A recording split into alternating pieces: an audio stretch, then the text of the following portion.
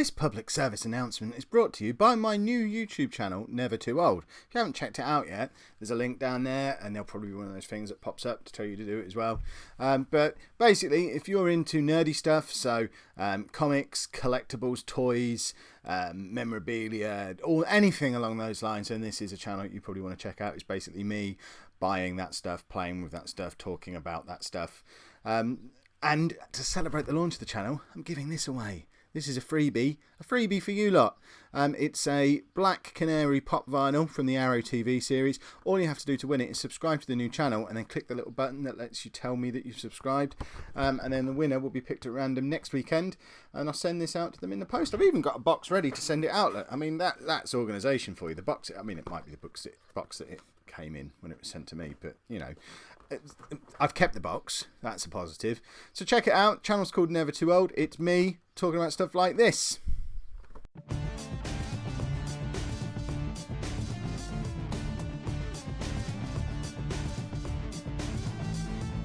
Hello and welcome to part 48 of the Bolton battle. I'm Kev, and coming up on today's episode we have two League One games, one away against Leyton Orient, one at home against Shrewsbury, and we're hoping to cement our place at the top of League One and secure not just back-to-back promotion but back-to-back championship titles, which is something I don't think I've ever achieved before in Football Manager. In all the years that I've been playing, it shows how useful you lot have been in the comments over the course of FM16, actually teaching me how to play the game properly after 20 years.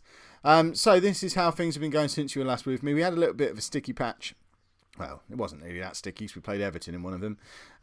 But Mark Parnell picked up his knock around then, so we've been trying to prepare for life without him, because we don't know if he's going to be with us next season, and he's certainly going to be away from the team for the next 6 weeks or so while he recovers from his injury. And it's not been... We're not pulling up any trees, but we're also on a little undefeated run again. So we've had 2 draws, 2 wins, and that leaves us, as it stands right now, top of League One, 4 points clear of the mighty Posh, with, 17 games still to go. So still plenty to play for. Parnell's still second on top goal scorers. Tom White is second for average rating, and as seems to be just the normal situation now, our 2 wing-backs are the 2 top assist makers in the league. White on 19 and Alonso on 12. They're a bit good. We need to sign them both permanently when we go up. If we go up, don't say when yet. It's still only February. But if we go up, we've got to be looking at signing these 2 players permanently, because we'll be ruined without them. They are our attacking... I mean, we've built a team around those 2 players. Get the ball out wide to them. They whip crosses into whatever lump we happen to put up front, and it doesn't seem to matter what lump it is. So, if we have a look at today's teams, you'll see that today's lumps are Pennock and Semedo. Pennock's still in quite good ways. Scored a lot of goals this season, but not been so hot over the last 5 games. Semedo, there might be a player in there somewhere, but we certainly haven't discovered him. He's 29 years old now. He's just not... He's not scoring goals the way we expect a Bolton striker to score goals, which is a shame when you look at how many he was capable of scoring for Southend. I guess he just can't play football the way we want it to be played. I mean, he's probably more of a flair player. What's his flair like? Yeah, more of a flair player, quite quick, makes his own chances, and that's not really how you do things at Bolton. You just need to stand there and let the ball hit you, and I don't know if he's got that in him. So we're persisting with him because he's costing us a lot of money, but I don't know how much longer we're going to persist with him for. Pennock, like I say, been doing okay, but in a bit of a sticky run of form. Joe Shaw, the same. He scored a lot of goals, but seems to have hit a bit of a brick wall recently. So we're trying the battery. The battery is on the bench. He's come off the bench in the last 2 games. He hasn't been spectacular, but he's been perfectly okay. The thing I like about the battery is he's only 21, but he is really quick and he's good at finishing. He's also quite good in the air. I mean, he looks like he's got the potential to become a complete forward as far as I'm concerned. It says on there he hasn't. What's he missing to be a complete forward? Okay, he can't really pass, but who cares? Because he can do everything else. He will score a lot of goals. We just need to see him start to do it for us, and he'll probably start a few games before Parnell's fit again, because we are struggling a little bit up front. With the rest of the team fairly settled now. We've got Barrett in goal, Thomas, Pants and Bagley as our back 3, with White and Alonso. Of course, if they're fit, they're in at wing back. Key and Durant in midfield, with John Jones in behind the aforementioned front 2. Let's get into this match. We're away against Orient. I don't know where they are in the league, because I'm not that kind of manager. You know, we put our team out there to do things our way. We don't pander to the opposition. We just know whoever we're playing against, we're going to boot the ball out onto the wing, and then whip crosses in to our strikers. That's all we ever do. Leyton Orient are down in the relegation zone actually, so it'll be one of those games where we score a load of goals, or it'll be one of those games where we just sort of stutter a little bit because we're trying to find new combinations, particularly up front, and until we stumble across that new combination that's going to work without Parnell in the side, we are finding goals a little bit hard to come by. Ross Ainley has put himself on the transfer list, so he's not involved anymore. He's not impressed at not playing any football. Russell Bye is also on the transfer list, despite me not giving him a go at all this season. But he's grumpy now, so I'm not going to play him while he's grumpy. We accepted 2 offers for him during the transfer window, but he turned them both down. So I really don't know what he wants, because there's League 2 clubs offering good money for him, so they're obviously offering him decent wages. Probably not as decent as what we're offering. So I think he's just going to be here forever. And if he sorts his brain out, we might get him back in the side. But for now, I'm more inclined to try the 4 who are involved in the squad today who aren't grumpy. Tomic is back from his loan spell at Oxford, but in the end only got 3 goals in 18 games or something in League 2, so didn't repeat his goal scoring exploits from the season before. So I don't think he's the answer. So I'm hoping the battery comes on at some point, is spectacular, starts banging in goals, and can just slot in alongside Parnell once he's fit again, because everyone else seems to have just kind of stopped. That was a cracking save from Barrett, and luckily the rebound they were offside for. But that has been a very disappointing first half for us, because we have not looked like creating anything. It's exactly the issues we were talking about before the game. We've come to rely so much on Parnell, and I don't really understand how, because he wasn't even here last year when we were we scored like 120 goals last year without him. So I don't know. Russell Bye wasn't really scoring for the second half of last season, so that's people might be screaming at me, why don't you play you've got a player who's got 50 goals in the last 2 years for you, you're moaning you can't score and you've not played him all year. Yeah, he hasn't scored for us for about a year, and it's only 6 months of that we've not been playing him. I don't think he's cut out for this level. I've got my doubts that he was cut out for League 2 actually. He started to drift off towards the end. Right.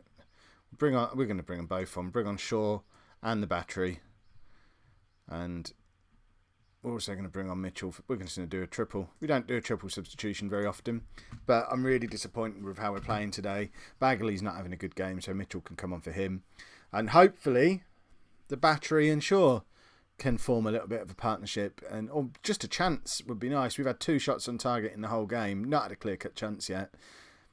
Our wing-backs aren't doing what they normally do. We're not getting the crosses in. We're not getting into positions. And when we'd been on a fairly decent run, we're unbeaten in 4 games, to go to a team like Orient and not even create a chance. We've brought a new strike partnership on for 20 minutes and we haven't seen a highlight. They're not the answer, are they? There's work to be done here, despite us still being top of the league. Right, second game of the episode then, at home against Shrewsbury. I'm hoping you'll actually see us score a goal in this one. The only change we've made is to bring Martin in for Key. I don't know what to do about the strikers. All 4 of them not looking great. So I guess we'll persist with these ones for another game, and then probably do the same double substitution again. Perhaps a different combination of the 4 is what's needed. Perhaps we need the battery and Pennock together. I don't know, Semedo and Shaw. That sounds like that might work actually. Shaw as a target man, Semedo as the poacher, but then he's a poacher who's not been scoring goals for us, but we've been playing him as a target man. Perhaps we need to drop the target man and play a deep line forward. Semedo would probably suit that better, but then that doesn't suit the whole way we play with getting the ball out wide and getting crosses in. We need a target man for that to work. We're 1-0 down already against another team who are well down into the bottom half of the league. It's 2 minutes in and we're at home. This episode is turning into a disaster. I don't understand. We weren't this bad immediately before I pressed the record button on my camera. So my instinct is to blame you lot for what's happening here, because it wasn't happening before you were here. But, I don't know. What do we do? Lee Martin's back in. He's always been an inspirational leader for us, if perhaps not quite good enough to get in the team anymore. But I don't really like strikers as captain, and I wondered if maybe the pressure of being captain was weighing on Pennock's shoulders. See what you can do here. Spray the ball out wide to White. That was brilliant from both Pennock and White, and Semedo really should have scored. I mean, that was as good a chance as he's going to get in a Bolton shirt, and just completely scuffed it. 2 pieces of brilliant play. There is still a little bit of inspiration in this team. Right, Durant with the corner now. Pennock, there you go. See, he's not being weighed down by that armband. He's all over the pitch now. Thomas out to Pennock. Pennock, can he beat his man? He can't, but at least he was trying to again. Right, Martin to Durant. Pennock again into Semedo. Pennock, and he puts it into the top corner. Wayne Pennock will never wear the captain's armband again, because he has been all over the place in this match so far. And I mean, look, he tries to find Semedo. Semedo was rubbish, but Pennock just comes in and dinks the rebound up into the top corner. Wayne Pennock makes it 1-1. We've scored a goal. We've perhaps got one of these striker slots sorted. Perhaps Pennock and Shaw is what we should be doing. They've scored more goals than any of the other. Well, of the 4, they've got about 30 goals between them already. And I'm moaning that we haven't got a strike partnership without Parnell, but we could probably play Pennock and Shaw. And I don't know if we've ever even done that before. Semedo's got himself an assist for that when it was just a rebound off a scuffed shot. I don't quite know how that goes down as an assist. But we'll have it. Anything to make him look better than he is, because his whole Bolton experience is looking a bit of a disaster at the moment, and we want to be able to sell him in the summer, so we don't want him to look too disastrous. Right, Shrewsbury attacking again, and we get a good tackle in from, I think that was Bagley, the number 3. Yes, Bagley is the number 3. Right, I feel changes coming on. Joe Shaw is warming up, and I don't know what else. We might even bring on Shaw and the battery and drop Pennock back behind the 2 of them and see if that's a combination that works. Pennock is in again here. Forces a save out of their keeper. I am liking the sound of having a front 3. That's what we're going to do.